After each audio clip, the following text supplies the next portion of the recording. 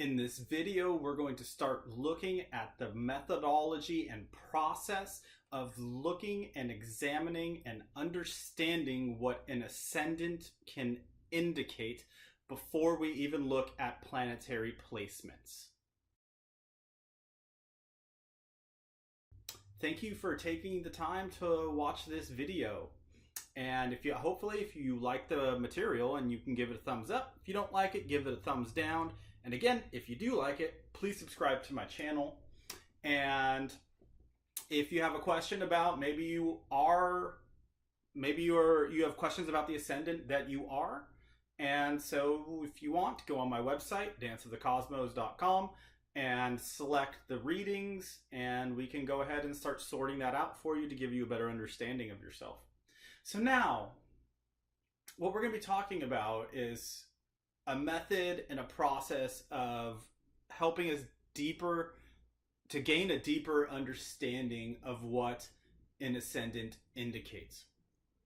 And so because most of the time, so let's go ahead and pull up this graphic.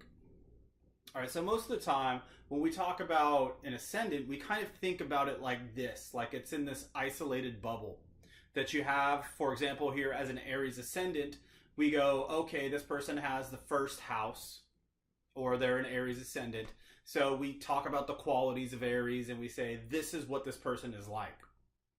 But there's a lot more to it, because if you think about what the ascendant is, the ascendant or the lagna or the first house, whichever term you prefer, or whichever term I use, because I'm going to probably end up using all three as I talk. Ascendant, lagna, first house. This is that rising point. If you look at the eastern horizon, that's that point that was in the air.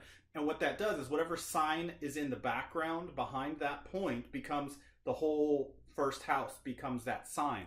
And that energy that sign represents combines with that house to let us know a lot about the person's personality, physique, etc., etc.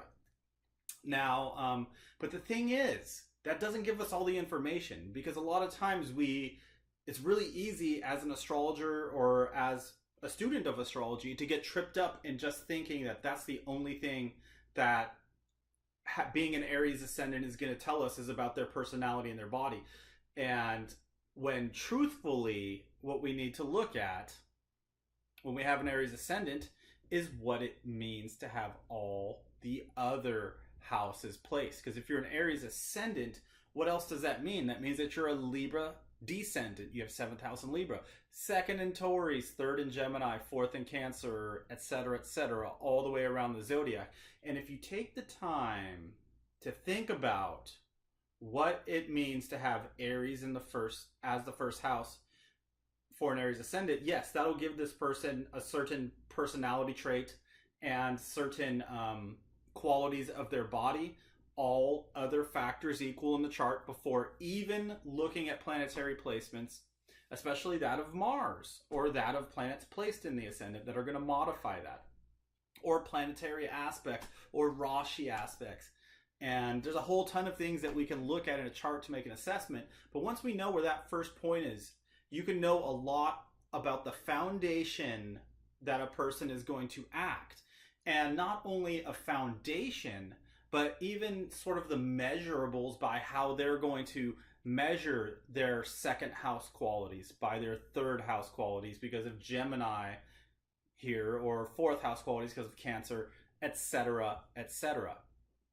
And so it's very important when we think about the ascendant to really think about all 12 positions, take the time to try and define these in our own terms by what we know about the signs. And so with that being said, this is going to be a process that I am going to start engaging in.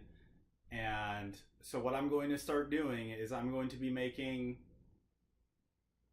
right now as it sits, I'm planning on making 156 videos. So that's all 12 ascendants, what it means to have each house, each of the 12 houses for each 12 ascendant. That's 144 videos. And then after talking about each ascendant by going from one house, from the first house to the 12th house, I'll do a summation video of all 12 houses. I'm sorry, of what it means, a summary of each house and kind of what we can learn more about an Aries ascendant. and a Taurus ascendant, a Gemini ascendant. So this is an exploration that is helpful to help me learn more about the ascendant, and hopefully to help you, to trigger your creative reasoning and logical process that you go through when you're looking at charts, to expand your idea of what the ascendant means, and to not just, it just refers to the first house, it's just that point on the eastern horizon, but that it sets in motion a certain way we can start understanding the other areas of life for this individual, and kind of how they're going to interact with this on a very baseline way. And then in later videos, what I'll go into is modifications to an Aries ascendant and a Taurus ascendant and a Gemini ascendant. So for each of the ascendants, I'll go into modifications by the planets placed in the ascendant, by where the planets are placed. We'll look at where the Lord of the ascendant is exalted in for that ascendant and what that means by it, that house position. We'll look at the debilitation points. We'll look at the military cone points. And then we'll talk about planets that are placed in the ascendant. We'll talk about planets that are placed with the ascendant Lord. And so what this does is it starts triggering our creative process, and more importantly, actually, I would say, is triggering our intuition, so that we're better to become to understanding of charts that we look at right away. If you sit here and you take the time for an Aries ascendant to think about what the second house of Taurus, third house in Gemini, fourth house of Cancer, fifth house of Leo, sixth house of Virgo, etc., etc. If you already have that ingrained in your mind, you've thought about that information, then when you see an Aries ascendant, you're just going to be like, okay, I know what nature of the way an Aries ascendant typically will act, all other factors equal. So, yeah, it's going to be a process. So thank you for taking the time to watch this video. And if you like what you're seeing, please subscribe to my channel and check out some more videos that I have on these ascendants. And namaste.